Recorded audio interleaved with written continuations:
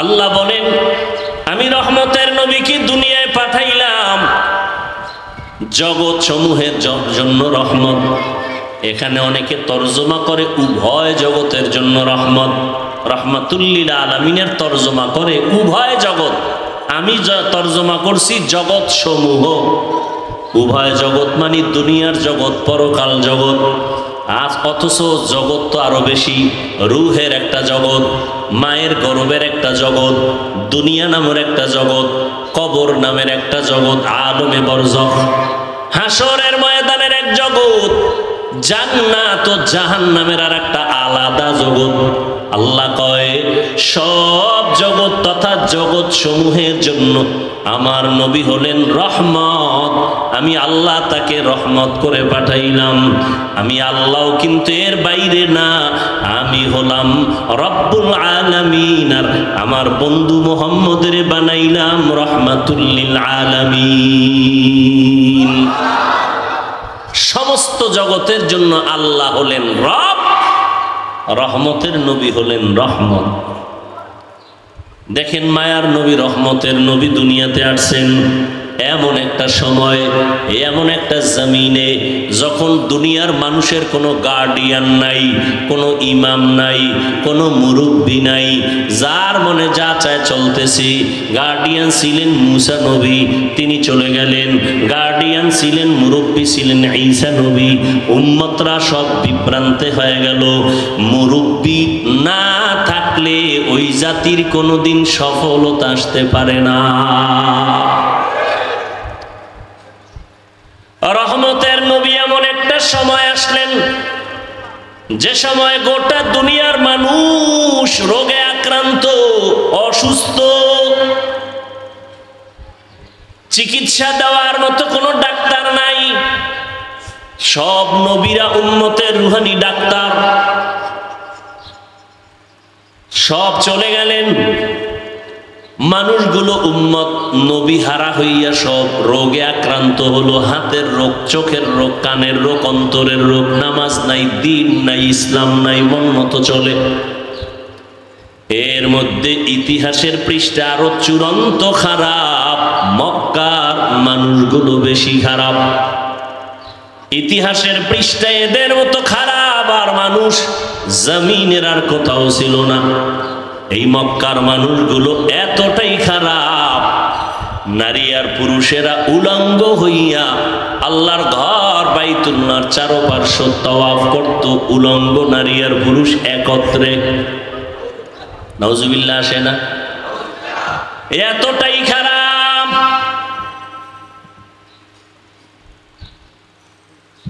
এই মানুষগুলো কত চরিত্রহীন। কন্যা, মেয়ে, মহিলাদের তারা এতটাই অবহেলা, অপছন্দ করত। নিজের কোনো ঘরে যদি কন্যা সন্তান হইত, বাবা নিজ হাতে কন্যাকে জ্যান্ত মেরে ফেলত। কত বড় খারাপ।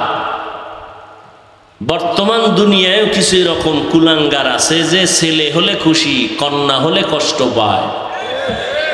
এরকম কুলাঙ্গার আছে না নাই? কষ্ট পাইয়ে কি চুপ থাকে? হুদা জায়গায় বউরে গালাগালি করে। সন্তান কি বউ বানায়? যদি বউরে দোষ দেয় তাহলে হাকিকতে দোষ তো স্বামীর। স্ত্রীর দেওয়ার কিছু নাই। স্বামীর জিনিসটা আমানত রাখছে স্ত্রী, তাকে পুরস্কার দেওয়া দরকার। যে তুমি এত কষ্ট করছো, ঘুমাইতে পারো নাই, খেতে পারো নাই, তোমাকে পুরস্কার দেওয়া উচিত। হুদা গালাগালি করে, স্ত্রীর কাছে কথা বলে না, রাগ করে। মেয়ে হলো কেন? ওই জাহেলি যুগ মক্কার মানুষ এত খারাপ। নারীদেরকেও পছন্দ করে, কন্যা সন্তান হলে মনে কষ্ট পায়। কন্যাদেরকে আপন বাবা জ্যান্ত পাথর চাপা দিয়া মেরে ফেলে।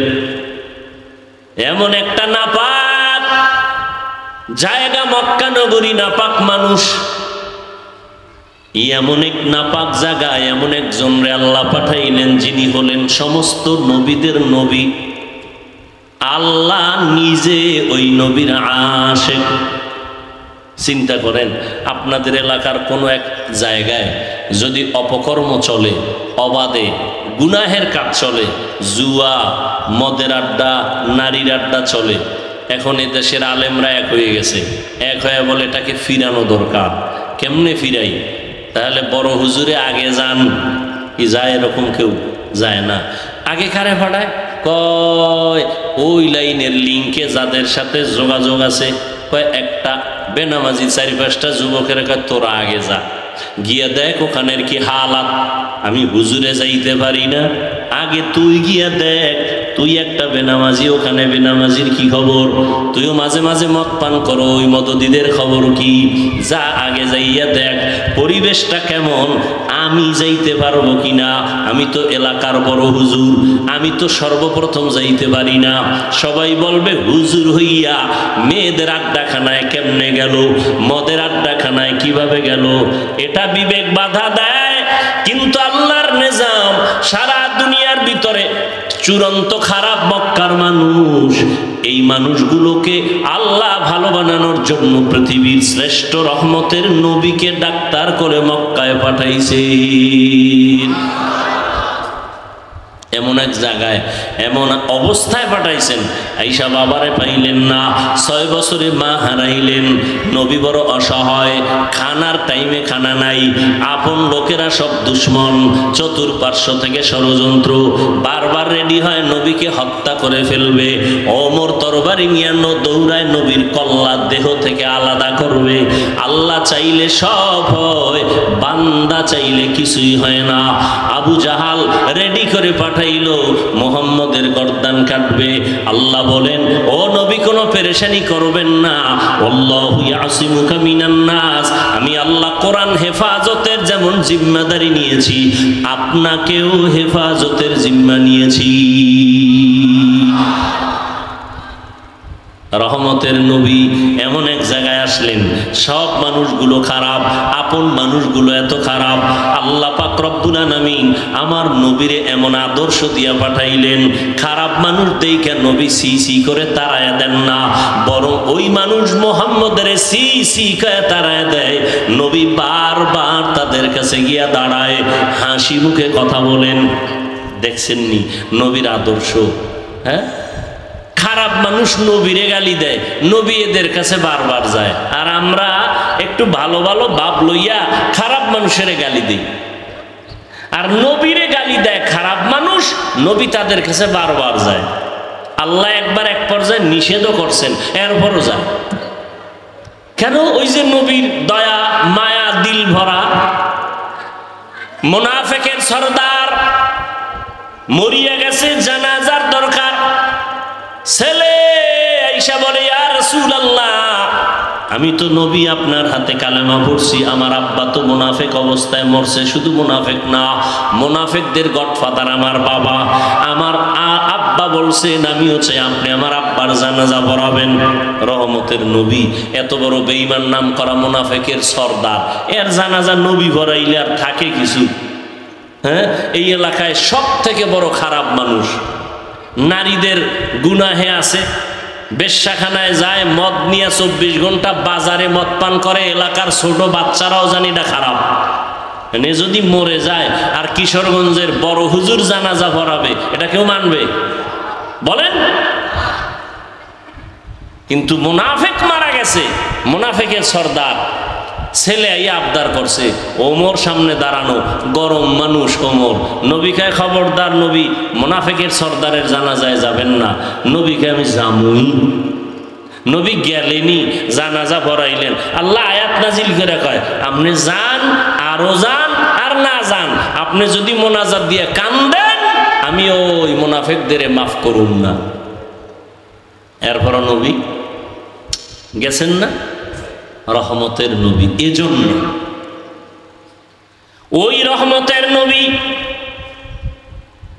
এমন ব্যবহার আর আদর্শ উপহার দিলেন,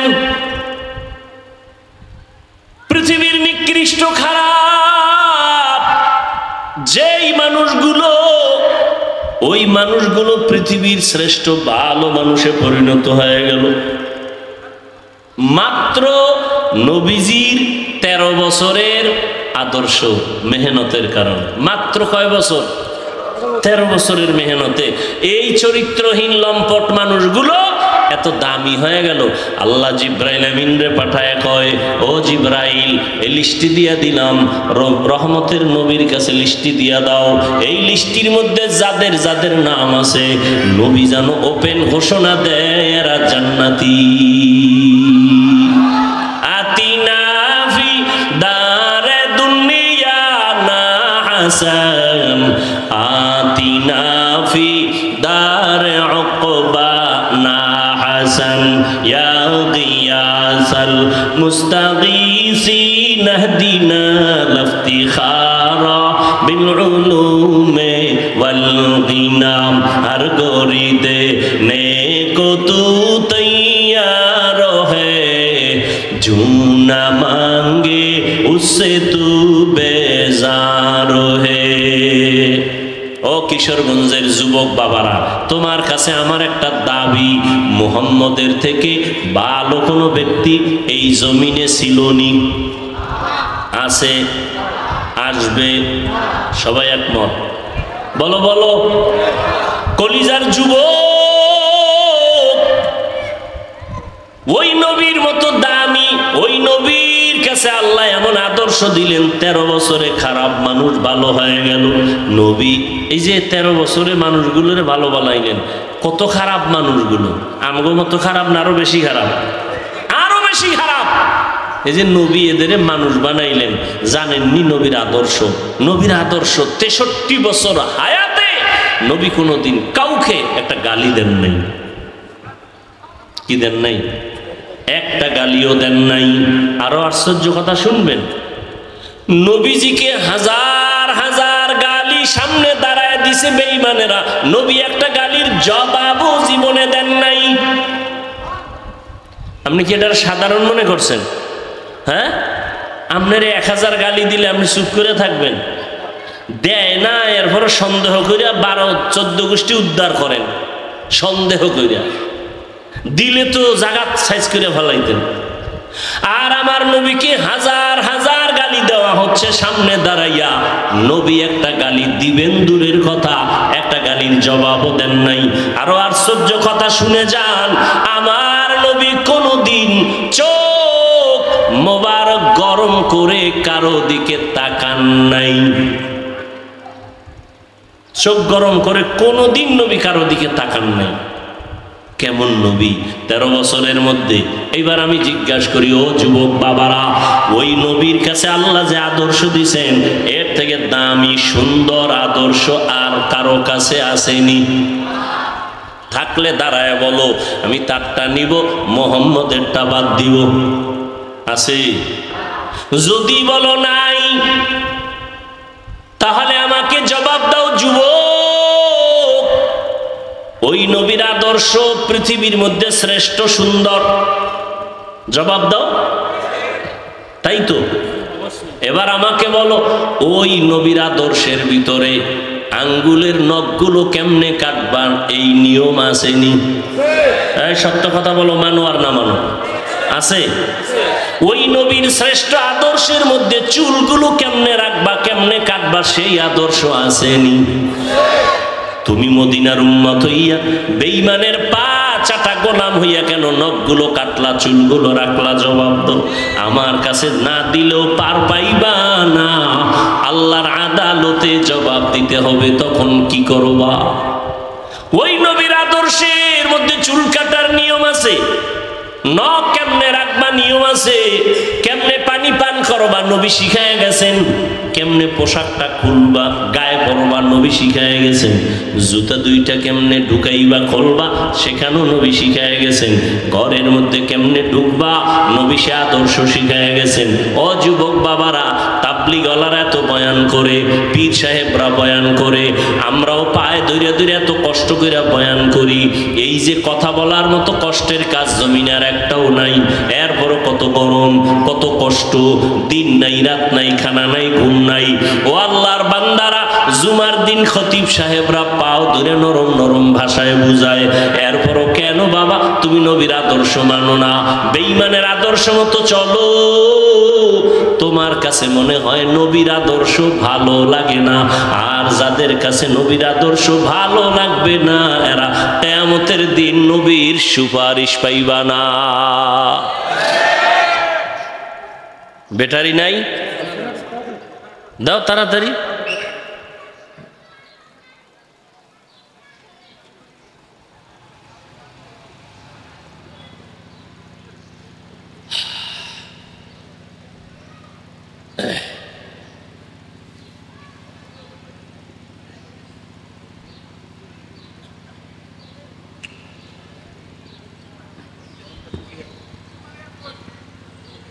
কষ্ট হইতেছে আপনাদের না? আল্লাহ কষ্টের বরকতে যেন দুনিয়ায়ও শান্তি দান করেন সবাইকে, আখেরাতে আল্লাহ পাক জান্নাত দান করেন। এই গরমে কষ্টে সহ্য করার বরকতে আল্লাহ যেন জাহান্নামের গরম থেকে হেফাজত করেন। রহমতের নবীর আদর্শ তোমার কাছে যদি ভালো লাগতো, আরে আজকে বয়ান তো করবো হিন্দুদেরকে, বৌদ্ধদেরকে, বিধর্মীদেরকে, কারণ ওরা কোরআন বুঝে না, হাদিস বুঝে না, ইসলাম বুঝে না। কিন্তু তুমি তো মুসলমান, তুমি আল্লাহ চিনো, কোরআন চিনো, হাদিস বুঝো, আল্লাহ বুঝো, নবী বুঝো। তুমিও মুসলমান, আমিও একজন মুসলমান। তোমার ধর্ম আমার ধর্ম আলাদা না এক?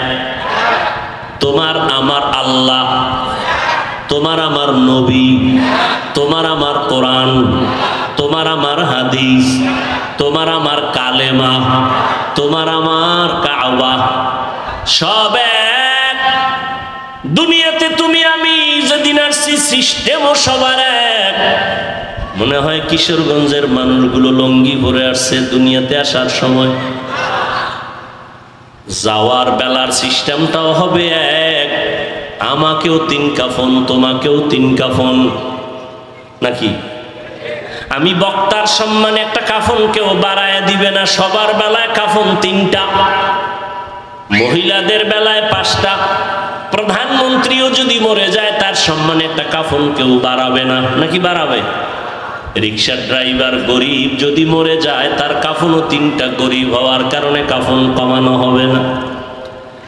বিদায় বেলা কাফনের সংখ্যাও এক, কালার হবে আলাদা। কি? হুজুরদের কাফনের কালার একরকম, যারা হুজুরদের গালাগালি করে তাদের কাফনের কালার হবে আর এক রকম। কে ধনী, কে গরিব, কে আলেম, কে মূর্খ, কে ধনী, কে গরিব, কোনো ভেদাভেদ নাই। সবার বেলায় কাফন হবে 3টা, কালার হবে 1 না 2? কি কালার? সাদা কাফনের উপরে লেখা থাকবে বড় হুজুরের লাশ।